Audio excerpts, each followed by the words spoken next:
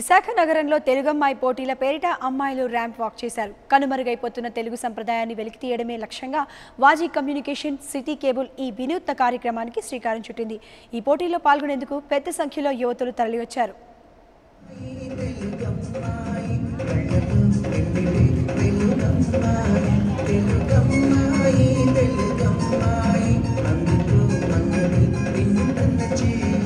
కనుమరుగవుతున్న తెలుగు సంప్రదాయాలను వెలికితీసేందుకు విశాఖ వాజీ కేబుల్, విజయనగరం సిటీ కేబుల్ ఆధ్వర్యంలో నిర్వహించిన తెలుగమ్మాయి పోటీలకు విశేష స్పందన లభించింది.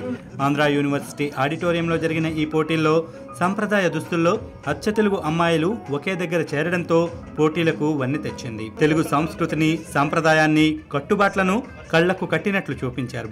పొట్టి పొట్టి బట్టలతో మోడల్స్ చేసే ర్యాంప్ వాక్ పోటీలు ఈ తెలుగమ్మాయి పోటీల ముందు తేలిపోయాయి. Following. Yes, continue.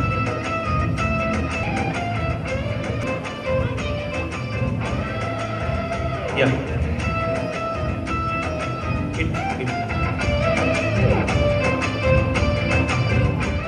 ర్యాంప్ వాకులకే పరిమితమైపోయిన నేటి యువత తెలుగు సంస్కృతిని పక్కన పెట్టారని సిటీ కేబుల్ అధినేత గణపతి శ్రీనివాసరావు అభిప్రాయపడ్డారు. తెలుగు సంస్కృతికి మళ్లీ పూర్వ వైభవం తెచ్చేందుకు వాజీ కేబుల్ చేస్తున్న ప్రయత్నమే ఈ తెలుగమ్మాయి పోటీలని అన్నారు. ఇలాంటి కార్యక్రమాలను ప్రతి చోట నిర్వహించి భారతీయ సంప్రదాయాలను కాపాడాలని పిలుపునిచ్చారు. ఎక్కడికి వెళ్ళినా కూడా ఆ డ్రెస్ కోడ్ని బట్టి తెలుగు వాళ్ళు అని గుర్తించగలిగే పరిస్థితి ఉంది. అటువంటి డ్రెస్ కోడ్ ఈ పాశ్చాత్య ప్రభావం వల్ల కావచ్చు, ఇప్పుడున్న కంఫర్ట్నెస్ కోసం కావచ్చు, పూర్తిగా ఆ డ్రెస్ మరుగయ్యే పరిస్థితులు కనబడుతున్నాయి. అసలు ఎంతో ఇంపార్టెంట్, ఎంతో అందంగా కనిపించే అటువంటి డ్రెస్ని ఈ సంస్కృతి పట్ల వాళ్ళకు కూడా ఇంట్రెస్ట్ కలిగించి ఈ డ్రెస్ యొక్క వాల్యూస్ తెలియజేయాలి, తెలుగు సంప్రదాయాలను తెలియజేయాలనే ఉద్దేశంతో ఈ తెలుగు అమ్మాయి కార్యక్రమం మనం స్టార్ట్ చేయడం జరిగింది.